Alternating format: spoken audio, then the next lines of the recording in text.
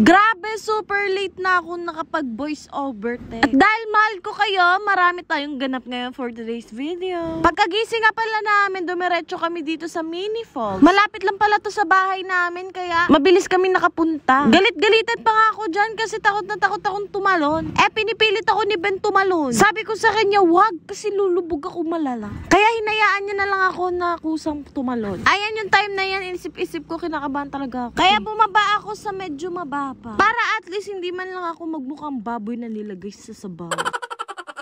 Feeling ko nga dyan, di na ako aangat. Buti na lang nakaangat pa ako. Ayan, nagmamadali akong pumunta kay Kim. Dati guys, yung hindi pa ako nagmamanix, todo dagat kami. Puro kami isla. Kaya ayan, yung kapatid ko sanay din lumangon. Mahilig talaga kami magtatalon sa matataas na parang talunan. Pero simula nung nagkalaman na ako dahil, parang feel ko, hindi ko na kaya. Ayan si Kim, inalalayan na ko kasi ayaw niya mahulog ako sa sabaw. Patawa-tawa pa nga kami dyan, parang kunwari. Lumangoy na nga kami at paakit na kasi gusto pa naming tumalon. Etong pinagtatalunan pala namin super lalim. Pag ganyan-ganyan lang yan pero malalim yan day. Feel na feel ko nga pala na mermaid ako dyan. Nung nakita ko tong video na to para pala akong palaka.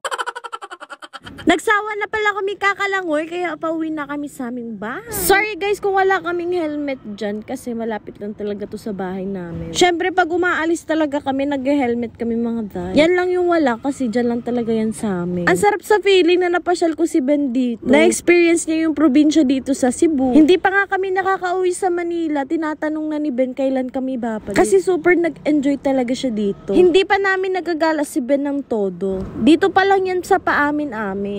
Ano daw? Kaya abangan nyo yung mga next na mini vlog namin. Pasensya kung marami kayong naririnig na parang kotse. Kasi yung bahay namin malapit sa highway. Dumating nga pala yung mga kaibigan ko. Ayan si Kim, yung kasama ko sa falls. At ito naman si Shara.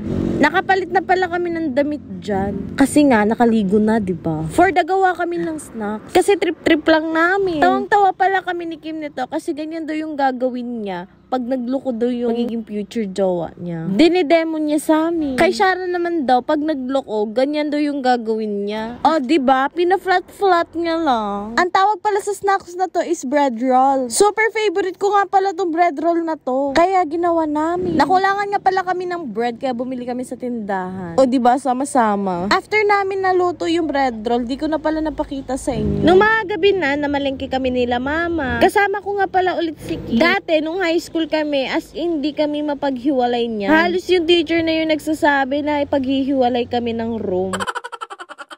Kung makikita nyo, sunog na sunog yung mukha ko dito. Kasi tanghaling tapat ba naman nagmomotor si Akla? Pauwi na pala kami kasi tapos na kaming mamalengke. Ayan si Ben, nanonood siya ng TikTok. Si Kim naman, napagod kakagala namin. Napunta na pala kami sa Barili. Kasi kakain kami sa labas. Ayan nga pala si Ben, nagtitigin siya kung ano yung bibilhin niya. Ayan nga pala si Mama tsaka si Papa. Siniserve nga pala yung pagkain namin. Super sarap niyan. Ayan din si Kim tsaka si Lebron. Ang cute nga pala ng lagyanan ng sauce. Feeling ko na sa Paris ako.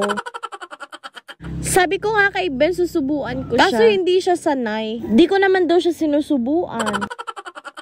Hindi namin na-expect kasi pati dito sa Barili, maraming nakakakilala kay Ben. Sino ba yan? Si Ben, di ko naman kilala yan.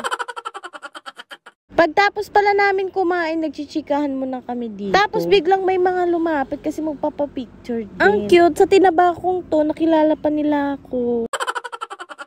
Before kasi, nung nagsimula na ako mag-tiktok-tiktok, gumagawa ng content, payato talaga ako. Ngayon, ang laki ng tinaba ko. Kaya iniisip ko paano ko mababalik yung katawan na yun. Ang dami kasing pagkain sa Manix house, guys eh. Ako naman, todo lamon.